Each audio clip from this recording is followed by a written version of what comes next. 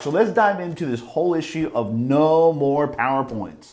Okay, you see it on the screen here. It's very popular. I have an article right here. I want to show you on the screen. You can probably see it behind me. There's an article by Inc. magazine. Now, first of all, my point is this, is that we should not stop using PowerPoint. We need to use PowerPoint properly. There's a whole video out there. There's a whole cottage industry out there called Death by PowerPoint, and I would agree with it. Again, I would agree so much with the many points that he makes in this article. But most of us don't use PowerPoint correctly, so therefore it makes meetings very ineffective. It makes presentations terribly inefficient. And when you go to conference and meeting and everyone's using PowerPoint the wrong way or in a very ineffective style, well, then it makes all of us want to get to the point where Jeffrey says no more PowerPoints. But I just cannot agree with it. All right, so let me point out to you a couple of things that he says in the article. Okay, he says that it's more than a necessary evil, and I would agree with that. Okay, it is definitely a necessary evil, but I think we just need to learn how to use it better. He says that the premise behind PowerPoint is that audiences supposedly better understand and retain information when they see words on a screen while a presenter is speaking. All right. So he basically says that the premise for using PowerPoint is because some people actually need to see words on a screen. And he bases a lot of his argument on a study showing that that's not the case, but it's not accurate, and it's not accurate, because what he says he's got a 2008 study showing that PowerPoint at a school of industrial engineering at Purdue University found that students retain 15% less information delivered verbally by the lecturer during PowerPoint presentations. Sorry, so what he's saying is that a good number of the students got nothing out of the PowerPoint because they don't need words on the screen and they don't need words on paper, and that a good 15% of them didn't find it less. It's found that students retain less than 15% information delivered verbally. All right, so the wrong premise of this is here. Let me show it to you on the screen, and let me get up on the whiteboard, and hopefully this will make sense. All right, is that all of us have different learning styles. There's three basic learning styles. There are those folks that are very visual. Okay, they're very visual. You see what I'm doing to you right here? This is like a PowerPoint. Okay, so there's some of you that are, the minute I got up and I started writing, you started paying more attention. Why? Because you're visual. Okay, and you appreciate the fact that I'm communicating to you in your preferred style. Okay, then there's those that are more audio. Okay, so for example, when I was sitting in the chair talking, there was a large number of my audience which was more connected because they are audio learners. There's a large percentage that are visual.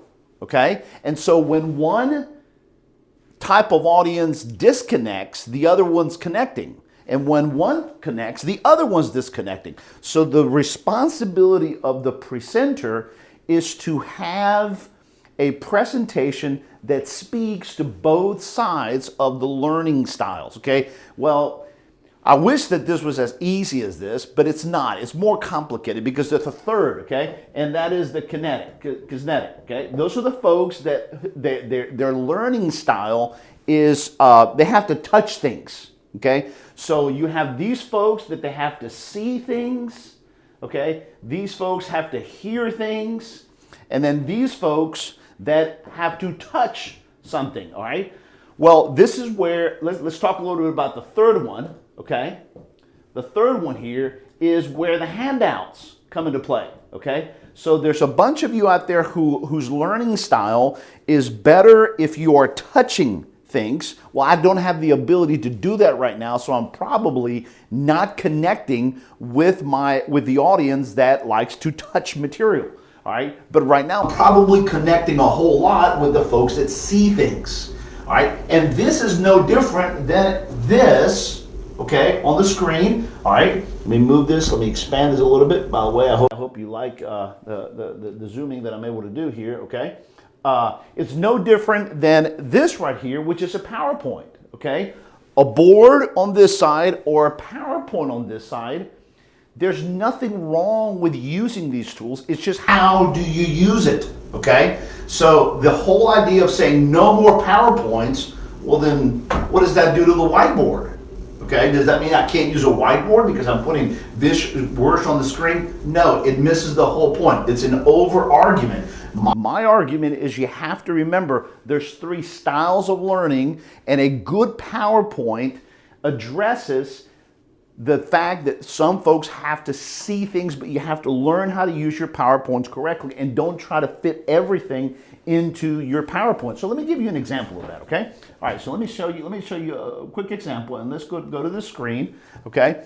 And so let's take a look at this, okay? My rule of thumb in being able to do a good presentation is real simple, okay? It's this: 1, 4, and 20, okay? 1, 4, and 20, all right? That means 1 picture per slide.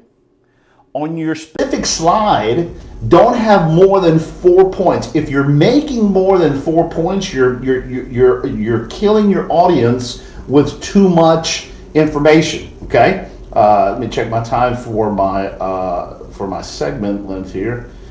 Okay. Good. I still got a few minutes. Okay, so if you're making more than 4 points per slide, you're killing your audience with too much information. And then the last point is 20 words. All right, so your slides. Now this is a general rule. I would not say that if you have more than 2 pictures, you're making a mistake, or if you make more than 4 points. No, this is a general guideline. All right, but this is a very good boundary to keep yourself so that you build effective presentations and you don't create too much information. So for example, this is a picture. It's got some words in it. I'm trying to show here the proper usage of the Z model in decision making. And here I have my 4 points. Okay, there it is. That's about as much as you want to do per slide, because he points out in his argument that PowerPoint presentations tend to make people either just read, okay, or it doesn't really allow for the presenter to be a good presenter. And I would agree. Again, in that area, I certainly would agree with this point. But the whole issue is have very good PowerPoint presentations that follow that rule.